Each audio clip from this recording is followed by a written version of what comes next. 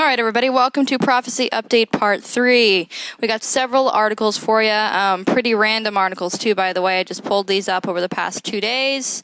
First article is to give 600 million people ID numbers. On March 28th, the Indian government says it hopes assigning 600 million people with a 16-digit identification number will help get food and governmental services to the poor. Oh, how considerate of them to label everybody with a number to give them food. That's very kind-hearted and thoughtful. Yeah. Another one of the ploys to get everybody in the system. One small step for the government, one big step for Big Brother. It's just another sign that we are getting close, guys. I mean, 200 years ago, if you were to tell everyone they're going to get a 16-digit number to identify them, they would have been very, very disturbed. Nowadays, it's nothing. It's no big deal at all. Anyways, so I just thought this was interesting because it's definitely showing that they're not leaving any part of the world untouched by this new ID system. Alright, next article. RFID tag could mean the end of barcodes. RFID tags are already used widely in passports, library books, and gadgets that let cars fly through toll booths without cash. With this new technology, you could run your cart by a detector and it tells you instantly what's in the cart. No more lines, just walk out with your stuff. Okay, now that seems innocent and convenient and it makes life easier and better, but as we know, anything that makes your life easier and better generally has some kind of twist nowadays, and I believe this is one of those twists. I mean, it's getting crazy, and it's all going to be in the name of security and convenience and making your life easier. That's what it's going to be guised at, and we're getting closer and closer to that happening. Okay guys, here's the next article. It talks about how there's hundreds and hundreds of fish, yes, fish, falling from the sky in Australia. Residents stunned as hundreds of fish fall out of the sky over a remote Australian desert town. Residents of a small outback Australian town have been left speechless after fish began falling from the sky. Hundreds of fish bombarded the 650 residents, shocking local Christine Balmer, who was walking home when the strange weather started. She said these fish fell, there hundreds and hundreds all over the place. The locals were running around everywhere picking them up. The fish were all alive when they hit the ground, so they would have been alive when they were up there flying around the sky. When I told my family who live in another part of Australia about the fish falling from the sky, they thought I lost it. But no, I have not lost my marbles. All I can say is that I'm thankful that it didn't rain crocodiles. Alright. Now, people can say that it's caused from winds, and they can give you all these scientific definitions on why this is happening, how this is happening, who started it, how it started, blah, blah, blah, blah, blah. But in my opinion, it's God. You know, whether God caused the wind that caused the fish, or what. I mean, these things just aren't natural. I mean, who has fish falling from the sky? The Lord is coming back soon, and there's going to be more crazy things like this happening. Last year, I think it was in Japan, I cannot remember the exact location, message me if you want it, there was, for a month time span, tons and tons of tadpoles fell from the sky, all over the place. And shortly after that, there was quite a few earthquakes and some major storms in that area after the tadpoles fall from the sky.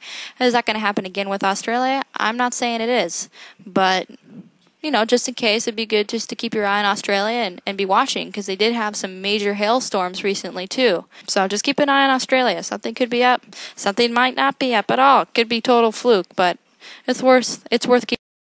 Scientists stumped as bee population declines further. The decline in the U.S. bee population was first observed in 2006 and is continuing, a phenomenon that still baffles researchers and beekeepers. Data found from the U.S. Department shows 29% drop in beehives in 2009, following a 36% decline in 2008 and a 32% fall in 2007. This affects not only honey production, but around $15 billion worth of crops that depend on bees for pollination.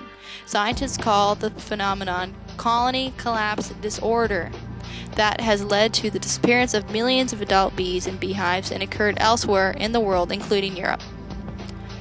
Researchers have looked into viruses, parasites, insecticides, malnutrition, and other environmental factors, but have been unable to pinpoint a specific cause for the population decline. Well, this article kind of speaks for itself. I mean, if all the bees start dying out, human beings on this planet are in a lot of trouble. I think it was Albert Einstein who even said, if the bees dies, so will mankind, or something along those lines. You know, the way God does things is so articulate. When he said there's going to be famines, he didn't say there's going to be famines because the bees died out or because of such and such occurrence. Everything that's happening is very slow, and it's been progressing over a very long time. And this bee thing is just another tiny piece of the big puzzle that's going to come together eventually, and we'll be able to see how it's all playing out. But right now, this is just another small piece through the big picture of where this world is going and how it is not going to be the same pretty soon. FEDERAM detained with a goat in car. Jerusalem District Police officers detained extreme right-wing activist Monday afternoon after he was caught driving his vehicle with a kid and a young male goat in his car. FEDERAM is suspected of intending to slaughter the animal in the recently rebuilt synagogue located near the Temple Mount in the Old City. You know, this is just a telltale sign of showing how much people are itching to get these sacrifices going. Not much to this article, but it is a sign showing on exactly where things are headed. And like I said in my other prophecy update, somebody really could just run on the Temple Mount try to sacrifice it and cause a whole huge riot. Things are fragile. They're walking on thin ice there. Everything is so fragile in Jerusalem. I mean, the hostility between the two sides is very overwhelming.